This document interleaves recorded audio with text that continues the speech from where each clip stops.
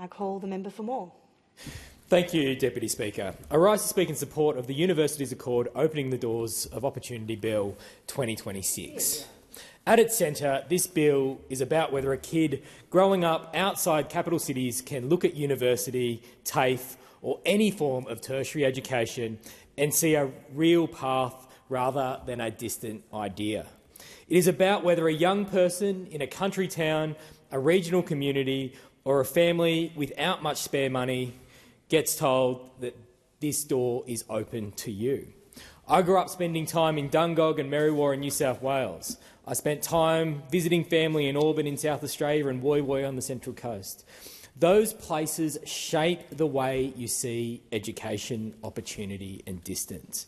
Because in country towns, distance is not just kilometres on a map. Distance is cost, it is accommodation, it is transport. It is leaving family, it is leaving work, it is moving away from the people you know, it is trying to work out whether you belong in a lecture theatre where no one in your immediate circle has done it before. Those communities are not short of ambition. They are not short of capable students, practical intelligence or people who work hard. What they are often short of is access. Access to campuses, access to advice, access to financial support and access to someone saying early enough and clearly enough that tertiary education is a realistic option. There is a phrase that often gets used: you cannot be what you cannot see, and there is truth in that.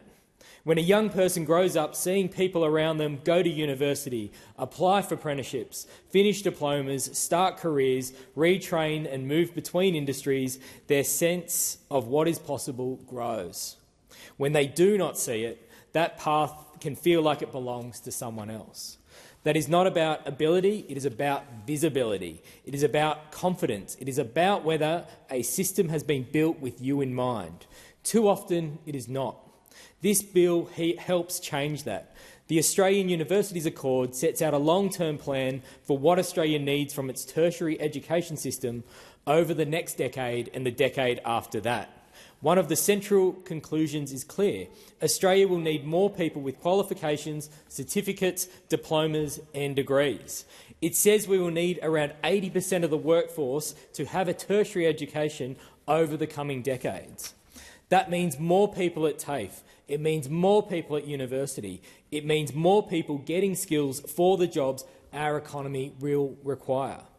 But we cannot reach that goal by relying only on the same students from the same suburbs going to the same institutions through the same pathways. If Australia needs more skilled workers, then Australia must widen the pool of people of who can get those skills. And that is the logic behind this bill. The Albanese Labor government has already implemented more than 30 of the Accord's 47 recommendations in full or in part. We've made HECS fairer, introduced paid prac, expanded study hubs, increased bridging courses, created the National Student Ombudsman, strengthened protections against gender-based violence, opened demand-driven places for First Nations students and established the Australian Tertiary Education Commission. This bill is the next step. It provides a new managed growth funding system. In plain English, that means we're moving to a system where growth in university places is planned and funded more sensibly. The Australian Tertiary Education Commission will have a formal role in allocating Commonwealth-supported places. That is important because the system should not rely on drift, guesswork or a contest where universities chase enrolments without the Commonwealth funding being properly aligned. The bill also establishes demand-driven, needs-based funding. That phrase sounds technical, but the idea is straightforward. If a university enrolls more students from low socioeconomic backgrounds, more First Nations students, or more students studying at regional campuses, it will receive extra support to help those students participate and succeed. That funding can go to tutoring, it can go to mentoring, it can go to academic support, it can go to scholarships and grants, it can help meet the higher cost of operating campuses outside the major cities. In this bill, the base equity amount is $1,535 and the base regional amount is $1,398. Those amounts are more than double what some previous programs involved. But the real point is not a figure in isolation. The real point is what it lets universities do. It lets a university notice when a student is struggling and intervene earlier. It lets a regional campus provide support that would otherwise be stretched too thin. It helps make success part of the funding design, not an afterthought. For students from country areas, the obstacles do not end when they receive an offer. In some ways, that is when the real test starts. There is the cost of moving, there is the cost of staying, there is the pressure to work long hours, there is the pressure of being away from home, there is the feeling, sometimes unspoken, that university is a place built for someone else. It can decide whether a student asks for help or stays silent. It can decide whether they keep going after the first failed assessment. It can decide whether they feel like they have the right to be there. This bill says that participation and success are both part of the job. I know the value of this personally. I was the second person on one side of my family to go to university. That is not said as a complaint. It is said because it gives me a clear view of what opportunity can do when a door opens at the right time. My own pathway was not a straight one. I went to TAFE in Maitland to get into university. I later did a pre-apprenticeship in South Metropolitan TAFE in Beaconsfield before starting my electrical apprenticeship. Years later, I went to Murdoch University to study law, and none of those steps were inevitable. Each one gave me a rung on the ladder. Each one gave me the chance to build a life, develop skills, change direction, and contribute in a different way. I am not who I am today without that opportunity. And that is why I do not see TAFE and university as competing ideas. I see them as part of the same ladder. For some people, the first rung is a bridging course. For others, it is a certificate. For others, it is an apprenticeship, a diploma, a degree, and a second chance later in life. Good policy keeps the ladder in place. Great policy makes sure more people can reach the first rung. That is why I'm less interested in reciting every number in the legislation and more interested in what those numbers mean when they land in the family living room in a regional town. They mean a student in Merriwar does not have to see university as something for other people. They mean a student in Dungog who has the ability, drive and curiosity has a better chance of finding a pathway. They mean a young person on the Central Coast or in country South Australia or in any regional community should not have to overcome the system before they even begin their course. And they mean that Australia gets the nurses, teachers, engineers, electricians, social workers, accountants, scientists and skilled workers that we will need. I often speak about my trade training and TAFE because that is part of my story. I became an electrician. I know the value of a trade. And I know that university is not the only path to a good life, and it should never be treated as the only respectable path. A good tertiary system is not university versus TAFE. It is not degree versus trade. It is about building a system where people can get the skills that suit them and where those pathways are respected. The bill also effectively uncaps the number of places for students from low socioeconomic backgrounds and regional areas through the new managed growth arrangements. The ATEC will be able to allocate additional places where they are needed. If the demand from those students exceeds the allocation pool, the ATEC can seek an increase. When a student has the marks, the ability and the determination, the system should be able to respond. This bill is also about stewardship.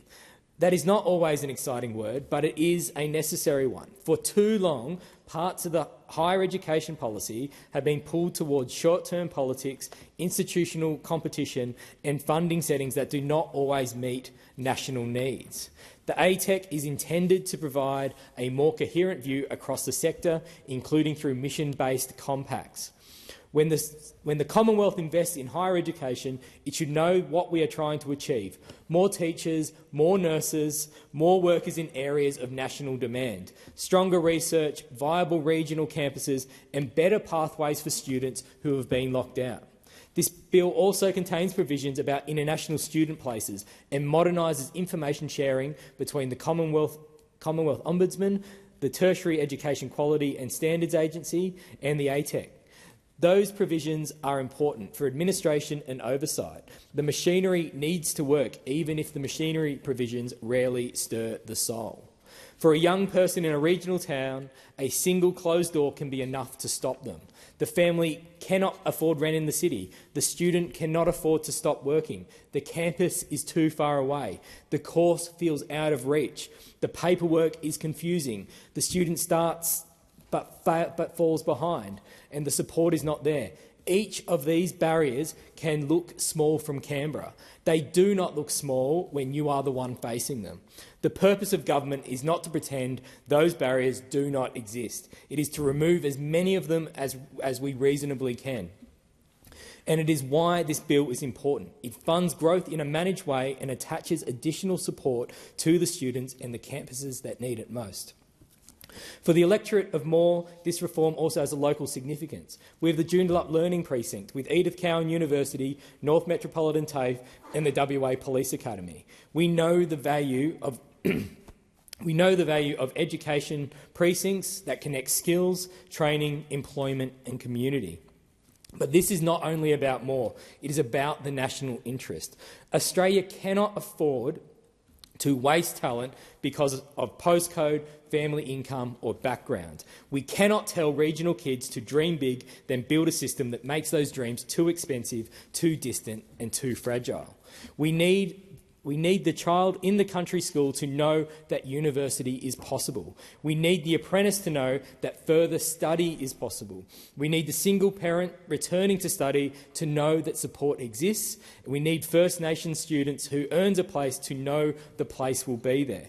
And we need regional campus. We need the regional campus to know that its higher operating costs are recognised, not ignored. This bill does not solve every problem in higher education. No single bill does. Anyone who claims otherwise has either not read enough legislation or has read far too much of their own press release. But it does make real structural change. It moves us towards a system where growth is planned, funding follows needed, and opportunity is not rationed by geography. I support this bill because it reflects a principle Labor should always defend. Talent is everywhere, but opportunity is not. Government has a responsibility to narrow that gap.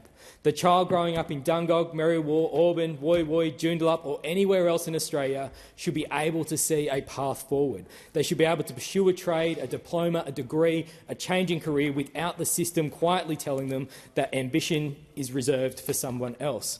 I got chances because education and training opened doors for me. I will do everything I can to make sure more people get the same chance and bring more people up the ladder of opportunity that this bill helps build.